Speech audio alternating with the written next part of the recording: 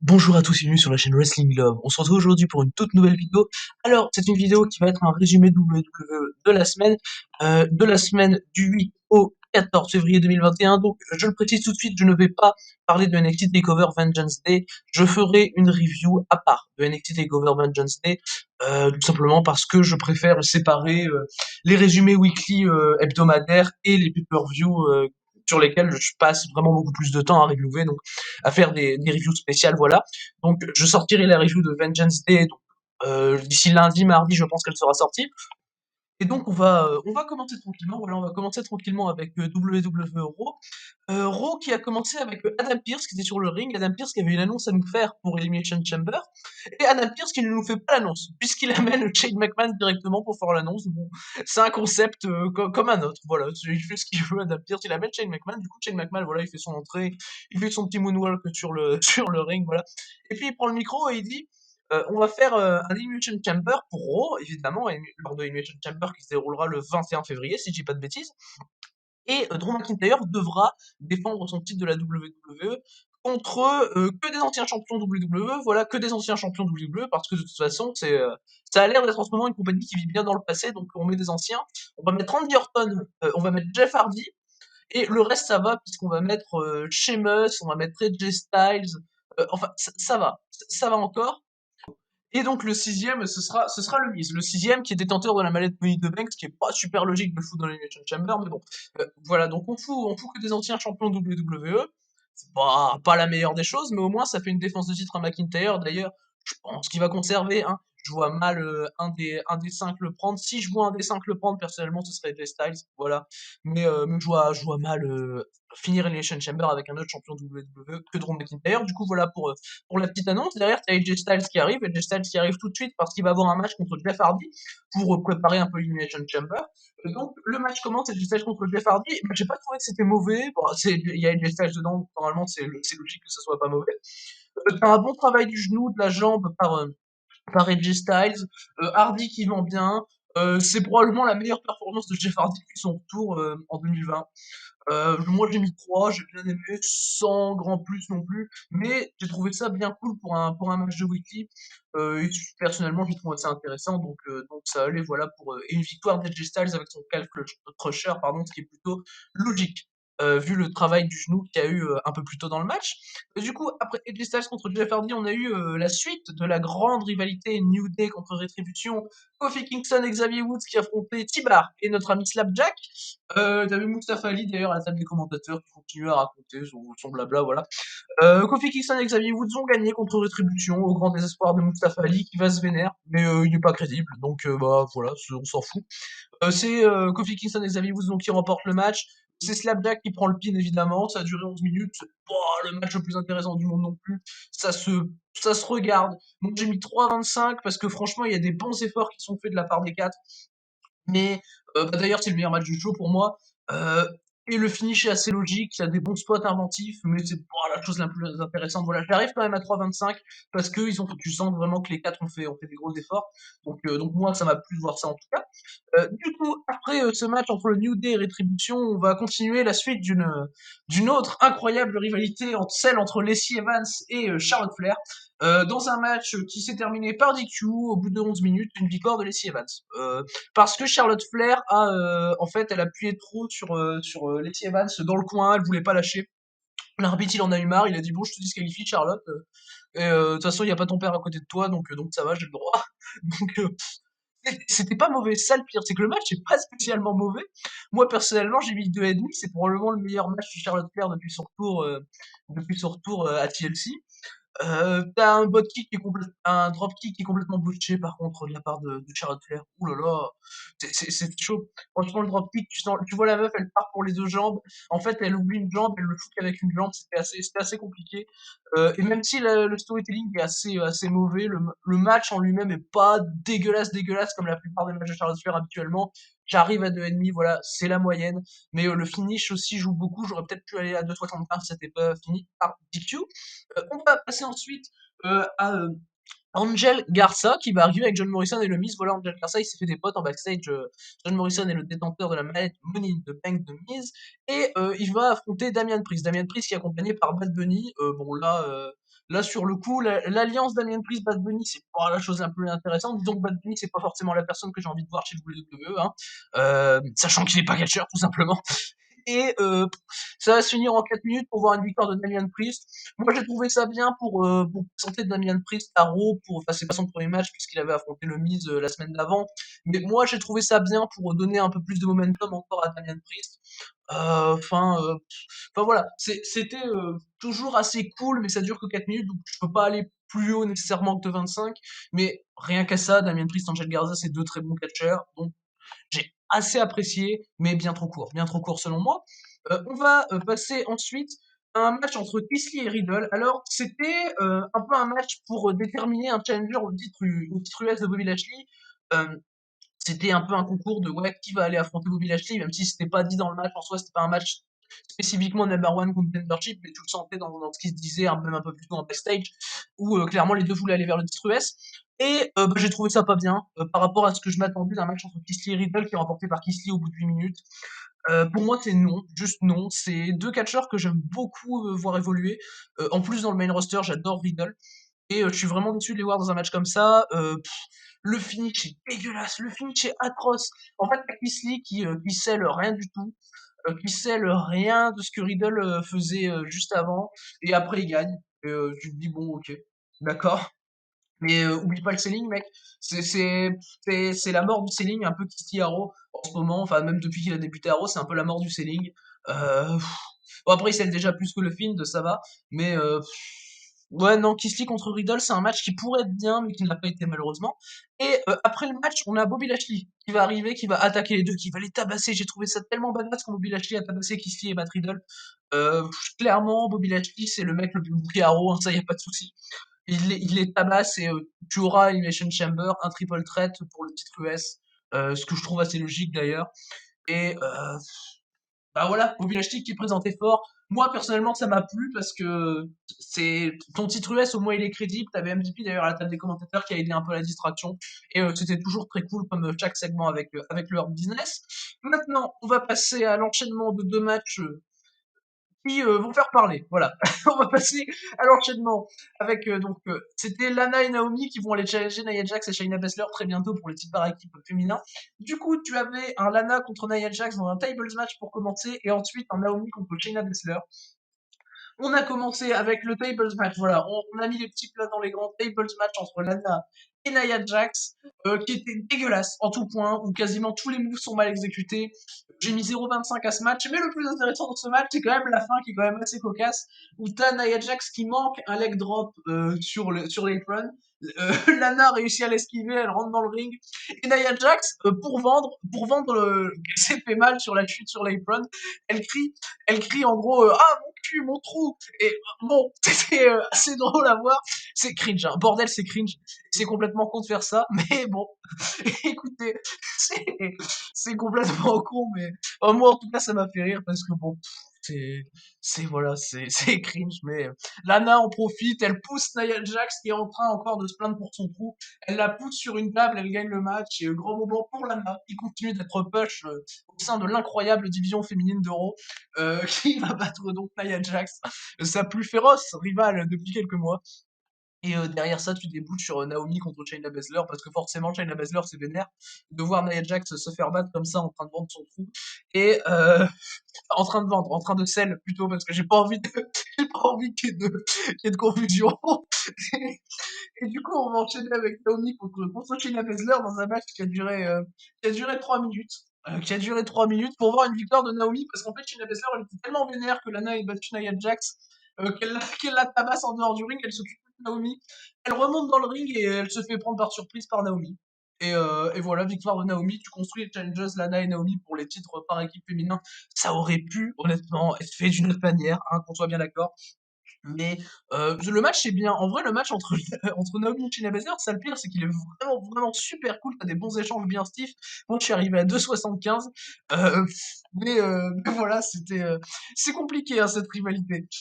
C'est compliqué, c'est compliqué. Mais bon, c'est les super équipes féminines, donc ils s'en foutent et ben voilà, on va pouvoir passer maintenant au main event. Main event qui est un match inédit. Un match inédit à Raw. C'était Drew McIntyre contre Randy Orton. dans, dans un match qui n'était pas pour le titre de la WWE. Donc bon, ça fait 6 fois pardon, qu'on voit le match.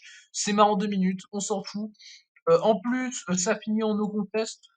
Euh, voilà quoi. Je pense que en 2020-2021, on a vu le match 6 fois. Je pense qu'on a vu le match 6 fois, déjà 3 fois en pay-per-view. Une fois à Raw pour McIntyre récupère le titre, là maintenant, et puis début 2020, on a dû le voir dans le building du Royal Rumble. Et là, c'était très très compliqué. Tu sentais qu'Orton, il voulait rien foutre pendant le match. En plus, ça finit en no contest. Moi, pour moi, c'est 2,5 et pas plus. Hein. C'est probablement le pire match qu'ils ont eu à égalité avec celui de SummerSlam. Euh, en plus, le catch est pas dégueulasse, c'est décent. Le finish est dégueulasse, hein, évidemment. Mais tu sens clairement que c'est ennuyeux du fait que Randy Orton ne veut pas bouger, en fait. Il a pas envie de bouger. C'est, c'était bien chiant, en tout cas, c'était bien chiant comme il faut. Un bon match de Randy Orton, bien chiant, pour conclure ce Raw. Donc du coup, voilà, Raw, globalement, c'était moyen, très moyen. C'était bien moins bien que la semaine dernière. Mais par rapport aux autres semaines, ça va. On va dire que ça va. Par rapport aux autres semaines, voilà, ce Raw, ce que je conseille, c'est le match New Day contre Rétribution, hein, évidemment. C'est le seul match que je peux conseiller de ce show. Parce que bon, il n'y a rien de bien intéressant à part ça. Et du coup, après Raw, on va pouvoir passer à Main Event. Voilà, comme d'habitude, je vais y aller rapidement sur Main Event. Il y a eu 2 matchs. On a commencé avec Dana Brooke contre Peyton Royce et on a eu une victoire de Dana Brooke en un peu moins de 6 minutes. Les deux sont pas ouf, franchement. Mais c'était pas si mauvais que ce que j'attendais d'un match entre Dana Brooke et Peyton Royce. Mais je pense que ça a aidé le fait que ça s'est déroulé en main event, parce que si ça avait été fait à Raw, je pense qu'il l'aurait fait bien bien plus long que ça. Et donc du coup ça reste décent, ça reste pas mauvais. Moi j'ai mis 2 hein, évidemment parce qu'il faut pas déconner non plus. Mais voilà pour cet opener. Et le main event c'est un match qui paraît très très cool sur le papier mais qui au final n'était pas si ouf. C'était Humberto Carrillo contre Ricochet. J'ai mis 2,75, j'ai bien aimé. Tu sens que les deux mecs sont très précis, très propres dans ce qu'ils font sur le ring. Mais c'est pas la chose la plus intéressante que les deux mecs pourraient faire quoi. C'était un peu au-dessus de la moyenne. Bah ma note c'est le 75 d'ailleurs. Et malheureusement, ça représente pas du tout le talent que peut avoir Ricochet sur un ring, ce qui est assez dommage, voilà. Mais c'était un main event, voilà, un main event oubliable comme quasiment chaque semaine. Des fois, t'as des bons matchs à main event. Des fois, vraiment, t'as des bons matchs à main event, mais là, non, là, clairement, c'était loin d'être fou. Et du coup, après ce passage rapide, un peu comme d'habitude sur Main Event, on va pouvoir passer à NXT, qui est le Go Home Show du NXT TakeOver Vengeance Day. Donc, je vous invite d'ailleurs d'aller voir la preview que j'ai faite avec Emile. Je vous invite à aller voir la preview. Et on va avoir donc dans ce match les deux dernières demi-finales du Dusty Rhodes Tag Team Classic masculin et la dernière demi-finale du Dusty Rhodes Tag Team Classic féminin. D'ailleurs, on va commencer par ça, le Dusty Rhodes Classic masculin. MSK contre le Legado del Fantasma, dans ce qui est mon match préféré pour l'instant chez WWE depuis le début de l'année. Moi, personnellement, j'ai mis 4, hein, c'est mon premier 4 chez WWE de cette année. C'est un peu moins de 10 minutes pour voir une victoire de MSK qui avance donc en finale du côté du, de NXT TakeOver Vengeance Day. Euh, et personnellement, j'ai adoré le match, tout simplement. Comme je l'ai dit, c'est mon match préféré de chez WWE pour l'instant en 2021. Tu sens que les deux sont des tags superbes, quoi. MSK, anciennement les Rascals chez Impact, c'est super bon. Tu vois qu'ils font leur move où ils veulent. En fait, quand ils font leur assisté de moonsault en dehors du ring, moi je trouve ça fantastique. Et Raúl Mendoza, bordel de merde, il est bon le con Raúl Mendoza, il est bon. Oh, il est tellement précis. Pour moi, c'est le but du match. Hein. Et à chaque fois qu'il fait un move, c'est superbe. Raúl Mendoza, bordel, qu'est-ce qu'il est bon. Oh, c'est vraiment un excellent catcheur et ça me surprend pas qu'il soit dans mon premier 4 de l'année chez WWE parce que il est juste fantastique dans tout ce qu'il fait. C'est pour moi un des meilleurs catcheurs à NXT, Raúl Mendoza, est un des mecs qui m'intéresse le plus en ce moment à NXT en tout cas. Euh, et clairement, MSK contre les Legado del Fantasma, c'est un match que je ne peux que conseiller, évidemment, dans un match qui a duré en plus moins de 10 minutes, voilà, c'était pas trop trop long. Ensuite, après ce match, on a eu la suite des aventures de Xayali et de Boa, qui ne sont toujours pas push. Xayali a affronté Cora Jade. Cora Jade, qui n'est autre que Elena Black, du côté de l'Indie US, voilà, qui sert maintenant de jobbeuse, puisqu'elle a perdu en 45 secondes contre Xayali dans un match auquel j'ai mis 0,25, parce qu'il n'y a rien, en fait, dans le match. En fait, le truc, c'est qu'il y a rien. Qu'il y a complètement rien. Il y a des bons kicks de la part de Xayeli, voilà, mais 45 secondes, je peux pas mettre entièrement plus. Donc ça a également joué dans ma note. Mais voilà, je vais pas trop m'attarder sur ce match, puisqu'on va passer à la dernière demi-finale du Dusty Rhodes Tag Team Classic féminin. Je rappelle que la première avait été gagnée la semaine dernière par Dakota Kai et Raquel Gonzalez. Elles avaient battu Casey Catanzaro et Kaiden Carter dans un match qui était assez cool, voilà, j'avais mis 3 de mon souvenir. Et ce match-là était pas bon du tout, hein. Ember Moon et Shotzi Blackheart contre Candice LeRae et Indy Hartwell, c'était pas bon du tout. Victoire d'Ember Moon et Shotzi Blackheart, très logique en 14 minutes. Euh, mais le match est vraiment super mal construit, où t'as les 4 catcheuses qui ont l'air de connes quand elles catchent, t'as Candice LeRae qui a failli se tuer sur un dive, euh, sur Shotzi Blackheart avec Sarah During, limite j'ai l'impression qu'elle s'accroche au corps pendant qu'elle dive, et elle tombe très très près du tablier, c'était compliqué, voilà, Candice LeRae, il a failli se tuer sur un dive, un peu comme quelqu'un d'autre à SmackDown, on en reparlera cette semaine, c'était la semaine où des gens ont failli se tuer sur des dives chez WWE. Euh, mais t'as des spots qui sont tellement pas préparés en fait, t'as des spots qui sont tellement random dans le truc. Moi j'ai mis deux, hein, clairement c'est pas du tout aimé pour ma part. Où Indy Hartwell et Shotzi Blackheart sont green, elles sont green, c'est chaud. Et Candice LeRae est encore plus green dans le match, ce qui est surprenant, sachant que d'habitude elle est moins green que les deux autres. Et qu'est-ce qu'elles sont green, Indy Hartwell et Shotzi Blackheart dans le match, c'est chaud. Ember Moon pour moi c'est la meilleure du match de loin, hein. C'est elle qui prend la victoire avec son équipe, ce que j'ai trouvé magnifiquement exécuté comme d'habitude, voilà. Ember Moon, c'est la seule qui a réussi à sortir un peu la tête de l'eau dans le match, mais les trois autres, c'est HS complet. Et j'espère que Shotzi Blackheart fera une meilleure performance du côté de NXT TakeOver Vengeance Day, parce que je sais qu'elle est capable de bien mieux, Shotzi Blackheart. C'est une excellente catcheuse, notamment dans l'Indie US, elle a fait des super matchs. Donc voilà. J'espère juste que c'était que de passage cette performance-là, et donc une victoire de Moon et de Blackheart. On va passer maintenant à Kushida contre Austin Theory. En fait, ça a été préparé un peu plus tôt dans le show. Johnny Gargano a fait une promo comme quoi il pouvait pas combattre à TakeOver Vengeance Day, il pouvait pas affronter Kushida pour défendre ce titre américain. Et William Regal, il est arrivé, il l'a complètement contré, il lui a dit tu mens, ton bras est pas blessé, et de toute façon, si tu défends pas ton titre contre Kushida, le match pour le titre nord-américain, ce sera justement ce fameux match entre Kushida et Austin Theory ce soir. Et du coup, Gargano, il se vénère, t'as pas le droit de faire ça, William. William, laisse ton titre nord-américain tranquille. Et au final, t'as Kushida qui arrive derrière et que ça se met à avoir du brawl. Et en fait, on voit que Gargano est en fait pas blessé. Et du coup, bah, en fait, il défendra bien son titre contre Kushida lors de NXT TakeOver Vengeance Day. Du coup, le fameux match Kushida contre Austin Theory dont je parlais, ça a duré 9 minutes pour voir une victoire de Kushida par DQ, hein, parce que faut pas apparemment décrédibiliser Austin Theory, que j'ai trouvé plutôt cool d'ailleurs. Et le match, pas fou, hein, moi j'ai mis 2,75. Mais le finish a gâché beaucoup de bonnes actions qui avaient été préparées durant ce match. Et donc voilà pour ce Austin Theory contre Kushida, qui était pas spécialement la chose la plus intéressante à voir, hein. Et on va pouvoir passer maintenant au main event d'NXT, qui était la deuxième demi-finale du Dusty Rhodes Tag Team Classic masculin. J'ai parlé de la première demi-finale un peu plus tôt, donc c'est MSK qui sont les premiers finalistes, et donc ils affrontent soit les Grizzled Young Veterans, soit Timothy Thatcher et Tommaso Ciampa. Alors, dans un match qui n'était pas spécialement la chose la plus intéressante au monde, c'est les Grizzled Young Veterans qui se sont qualifiés en battant donc Thatcher et Ciampa avec c'est Ciampa qui prend le pin d'ailleurs. Et j'ai mis 3,25 à ce match. C'était pas fou, ça a mis du temps à démarrer. Et vu que ça a duré que 11 minutes, bah ça a jamais réellement démarré. Je sais pas quoi réellement penser de ce match. C'était bon, il n'y a pas de botch, mais j'attendais bien plus en fait.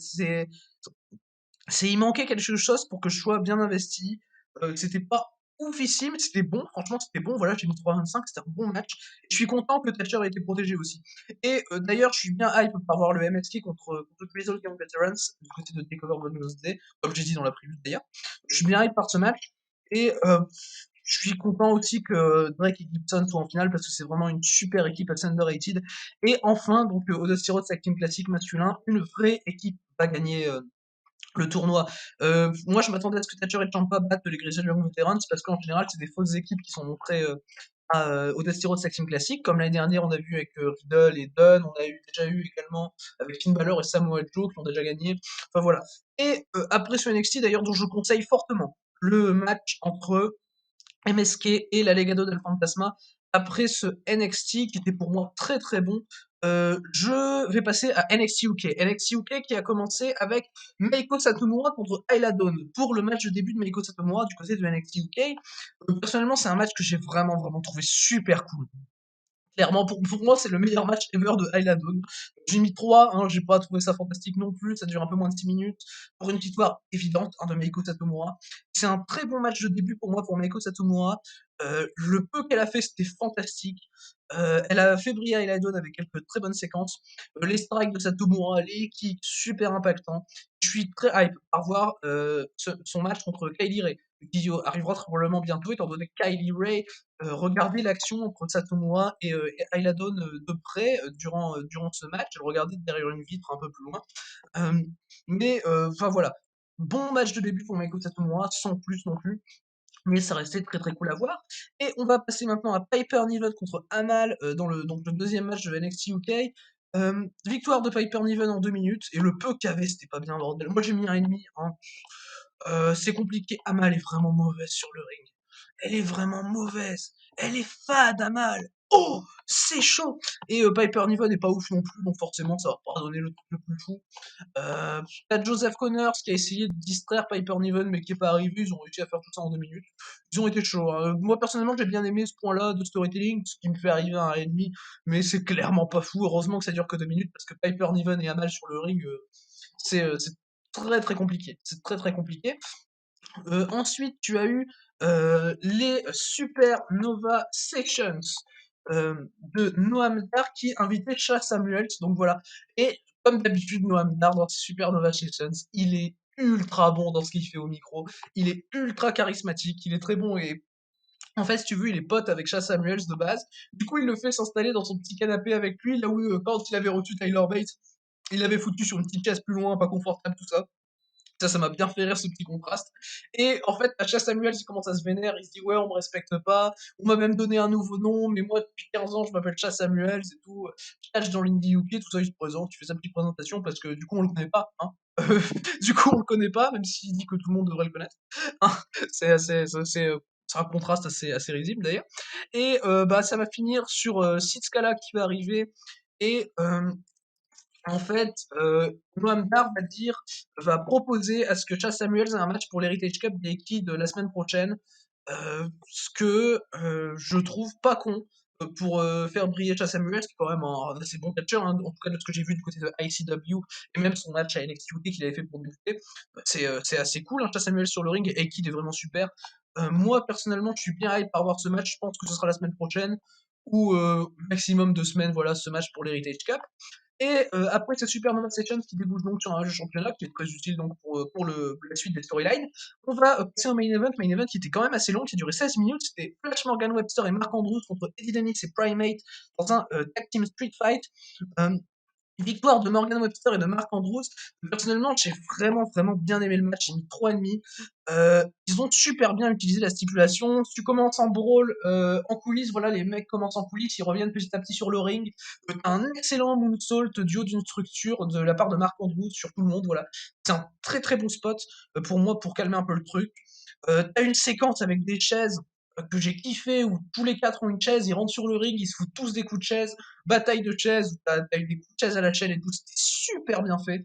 T'as Andrews et Webster qui sont un peu spot monkey, hein, surtout Flash Morgan Webster, parce qu'en fait, si tu veux, à la fin, tu as un shooting star press de Mark Andrews sur Primate, pour remporter le match, et en même temps pour mettre KO Eddie Dennis, t'as Morgan Webster, il fait un espèce de 630 et encore je me demande s'il fait pas plus de vrille dans son plongeon. J'ai trouvé ça tellement spot monkey au lieu de faire un frog splash basique pour écarter le mec.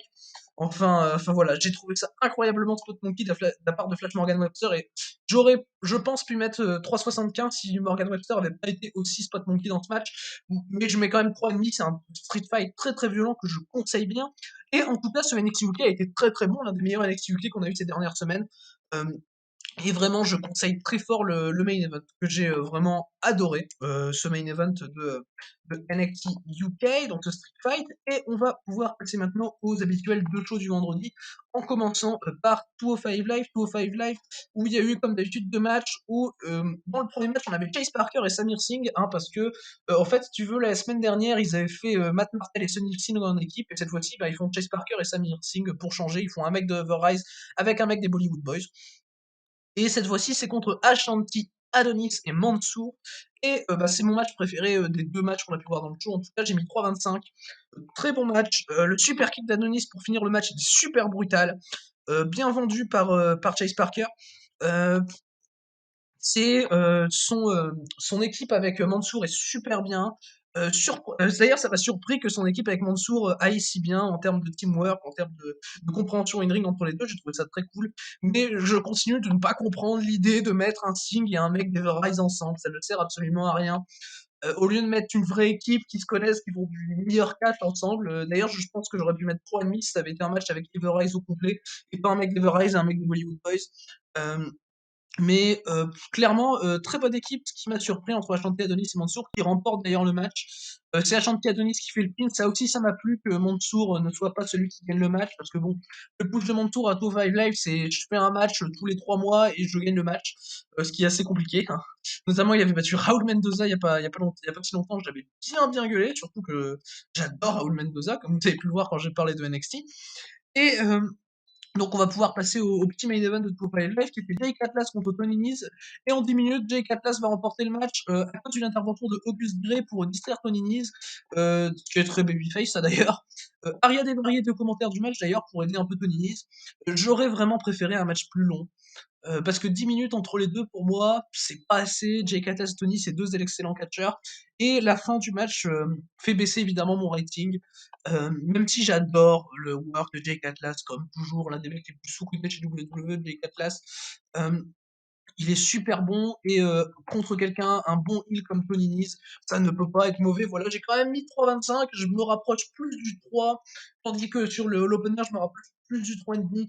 J'espère qu'il va y avoir juste un autre match entre les deux sans intervention, quoi, parce que là c'est vraiment chiant. Et dans les prochaines semaines d'ailleurs, moi je verrai bien ça me dérangerait absolument pas. Donc voilà, moi j'ai mis 3,25 à ce main event. Euh, et personnellement, mon avis sur ce Tour 5 Live, c'est que c'était vraiment bien, mais pas aussi bien que les autres semaines. Voilà, pas aussi bien. D'habitude, je mets souvent un 3,5, au moins un Tour 5 Live. Là, j'ai mis 2,325. C'était pour moi pas aussi bien que ces dernières semaines, donc comme j'ai dit, et je conseille très bien le Chanty Adonis et Mansour contre Chase Parker et Samir Singh. C'était un très bon match qui se regarde très facilement. Et après donc ce Two Fight Live, on va pouvoir passer à WWE SmackDown qui s'est commencé comme Raw avec Adam Pearce qui était sur le ring. Donc Adam Pearce qui était sur le ring pour parler d'Elimination Chamber. Elimination Chamber, il dit Roman Reigns, tu vas défendre ton titre dans Elimination Chamber, son titre universel. Paul Heyman, il lui dit que tu veux pas, tout simplement, il dit non, il va défendre son titre à Elimination Chamber, mais ça veut pas dire qu'il va défendre son titre dans l'Elimination Chamber, dans la fameuse structure qui accueille ce pay-per-view annuel. Et comment dire que Adam Pearce dit ok, parce qu'il se soumet un peu, Adam Pearce, voilà, à Paul Heyman, il a un peu peur de Roman Reigns également. Et il dit bon, bah, il y aura un truc, ça c'est Paul Heyman qui le dit. Il y aura un truc, c'est qu'en fait, il y aura un Elimination Chamber match et le vainqueur a un match de championnat universel immédiat contre Roman Reigns. Et Adam Pearce, bon, on sait pas trop ce qui va se passer par rapport à cette Elimination Chamber. Et Adam Pearce dit qu'il y aura 2 qualifiés d'office de toute façon pour cette Elimination Chamber. Et ces 2 qualifiés d'office, ce seront d'abord Jey Uso, qui est le cousin de Roman Reigns, qui emmerde bien Roman Reigns, et Kevin Owens. Alors là, ça emmerde vraiment Roman Reigns, et en le disant d'ailleurs, Adam Pearce il se casse du ring et d'ailleurs il fait tomber le micro en se cassant du ring, moment très drôle où Adam Pearce fait tomber le micro par terre en sortant du ring, mais j'ai trouvé ça très drôle. Et donc cette Elimination Chamber sera pour déterminer le challenger numéro 1 au titre universel. Et dans la soirée il y aura également des matchs de qualification. Donc Roman Reigns il est vénère qu'il y ait Kevin Owens dans le truc, du coup il vient, il se présente de vampire, il lui fait face à face, voilà, en mode je vais te tabasser, finalement il se passe rien, parce qu'on passe directement au premier match de qualification. Le premier match de qualification, c'était King Corbin et Sami Zayn contre les Mysterio, hein, voilà. Transition pas très, pas très Covid, mais enfin voilà, ils ont fait un truc comme ça, je suis ok, si vous voulez. King Corbin et Sami Zayn qui vont battre les Mysterio en un peu plus de 7 minutes. Je trouvais le match bon, sans plus. D'ailleurs, je parlais de Candice LeRae qui a failli se tuer sur un dive, et ben cette fois-ci, Dominique Mysterio a failli se tuer sur un suicide dive, où il s'est claqué en fait contre la table des commentateurs, littéralement. Et bon, je me suis dit, bon, fais gaffe, hein, Dominique. Euh, mais à part ça, j'ai pas vu de botch. Le work de Sami Zayn est très très cool comme toujours. King Corbin, il était transparent dans le match. Il était transparent, King Corbin. Et bah oui, bah, la conclusion du match, c'est que Dominique a beaucoup beaucoup de choses encore à apprendre, ce qui est pas surprenant hein, d'ailleurs, parce que le mec a quand même 23 ans. Mais oula, j'ai eu vraiment peur pour Dominique sur le live. J'ai eu vraiment vraiment peur. Ça reste un match décent. Moi, j'ai mis 2,75. C'était assez intéressant, surtout grâce à Sami Zayn. Euh, et donc voilà King Corbin et Sami Zayn qui rejoignent Jey Uso et Kevin Owens dans l'Elimination Chamber match pour déterminer le challenger de Roman Reigns pour le titre universel. Et ensuite on va avoir Big E contre Shinsuke Nakamura pour le titre intercontinental sans construction, sans rien. Victoire de Big E par DQ, intervention d'Apollo Crews qui était en dehors du ring pour commenter le truc, enfin pour regarder surtout l'action. Bon, de ce qu'il y avait, j'ai trouvé ça vraiment cool. J'ai mis 2 parce que le finish est vraiment, vraiment dérangeant. Moi, je m'attendais à un bon match, surtout avec Nakamura. Donc, Biggie, c'est pas la chose la plus intéressante que je puisse voir dans un ring. Et même en 3 minutes, ça reste assez fade. Un Biggie sur un ring, c'est fou, là là. Et Nakamura est super cool dans son selling dans le match. Voilà. Moi, je mets 2 parce que 3 minutes DQ que vous voulez que je mette de plus, quoi. C'est très compliqué. Et ensuite, on va passer à Bailey contre Liv Morgan. Voilà, on continue la rivalité Bailey contre le Riot Squad. Bailey avait battu Ruby Riot, il semble que c'était la semaine dernière. Et cette fois-ci, elle est opposée à Liv Morgan dans un match qui a duré 4 minutes avec une intervention de Bailey. Bailey réussit à battre Liv Morgan avec son finish sur une espèce de facebuster DDT que j'ai trouvé, le match j'ai trouvé super cool. Moi, j'ai mis 3, hein, clairement. Ça dure que 4 minutes et ça reste super propre sur le ring.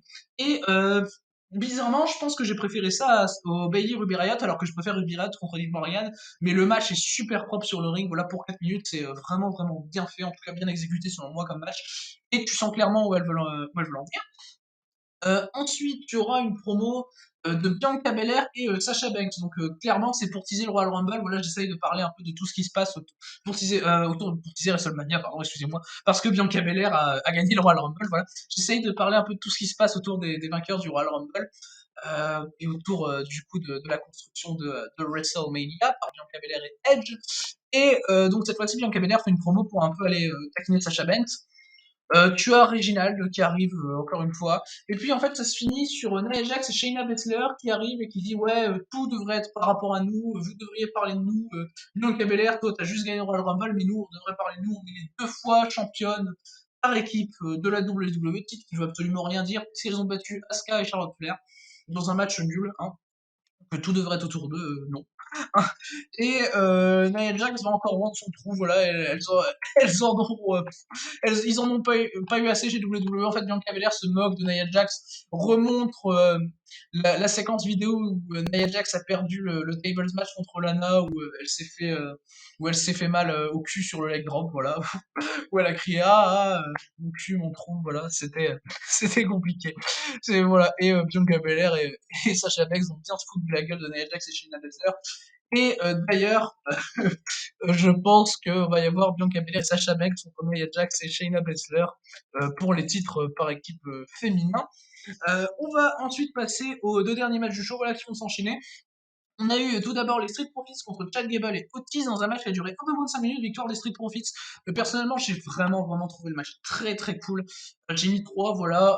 Chad Gable est super. Bon, c'est lui qui prend le pin sur un frog splash de Montesford qui suit un Spinebuster extrêmement impactant de la part de Angel Dawkins. Le Spinebuster de Dawkins m'a vraiment, vraiment impressionné.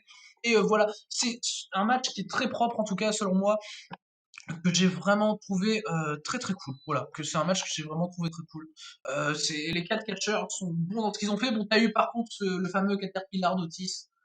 qui est probablement le move le plus inutile chez WWE, qui me saoule. Il me saoule Otis. Mais quand il fait des souplexes, c'est bien. Voilà. Moi, je veux voir Otis faire des souplexes parce que c'est bien, c'est intéressant quand il les fait. Voilà. Je veux pas le voir faire un Caterpillar, mais Chad Gable apporte beaucoup à Otis selon moi. Alors, Chad Gable, ça c'est indéniable, apporte beaucoup à Otis au sein de la Alpha Academy, comme Chad Gable appelle ça.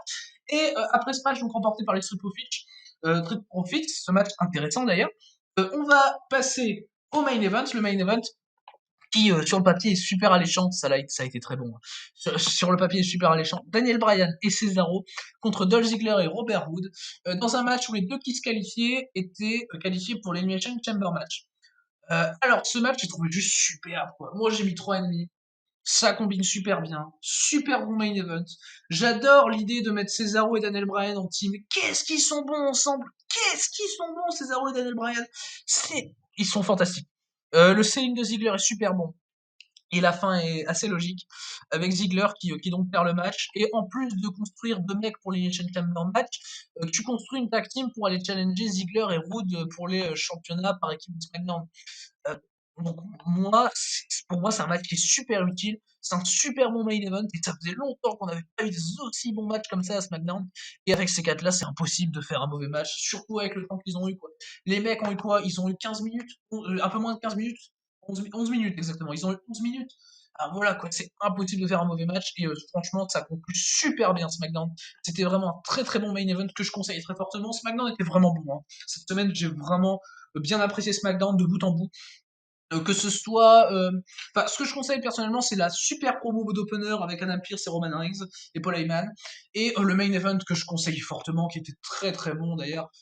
Clairement, ce main event de SmackDown, c'est une petite carte de ce qu'on peut voir en weekly. Et on va donc passer maintenant à mon top 3 des matchs de WWE de la semaine, voilà, pour remettre bien ça en ordre. Alors, en numéro 3, j'ai le main event de NXT UK, donc Eddie Dennis et Primate contre Flash Morgan Webster et Mark Andrews, dans un tag team street fight qui était très violent, stipulation très mal utilisée, voilà, gros conseil de ma part. Et même si Webster est un peu spot monkey, les trois autres sont super bons dans ce qu'ils font. Bon spot, bel enchaînement, ça m'a bien plu. En 2, je viens d'en parler, je vais pas trop m'attarder dessus, voilà. Cesaro et Daniel Bryan contre Dolph Ziggler et Robert Roode à SmackDown. Super bon match, gros conseil. 4 excellents catcheurs, un excellent match. Et mon match préféré de WWE cette semaine, c'est mon premier 4 de l'année chez WWE. C'est tout simplement MSK contre la Legado del Fantasma, Raul Mendoza et Joaquin Wilde en opener de NXT dans un match qui se regarde super facilement, qui dure moins de 10 minutes. Je mets 4 parce que les 4 sont superbes. Et Raúl Mendoza, excellent catcher, excellent work, tout. Il faut aimer Raúl Mendoza, il est fantastique le mec. Il est fantastique Raúl Mendoza, c'est chaud. Et donc voilà pour mon top 3 de la semaine des matchs de WWE. Et donc c'est fini pour ce résumé WWE de la semaine du 8 au 14 février 2021.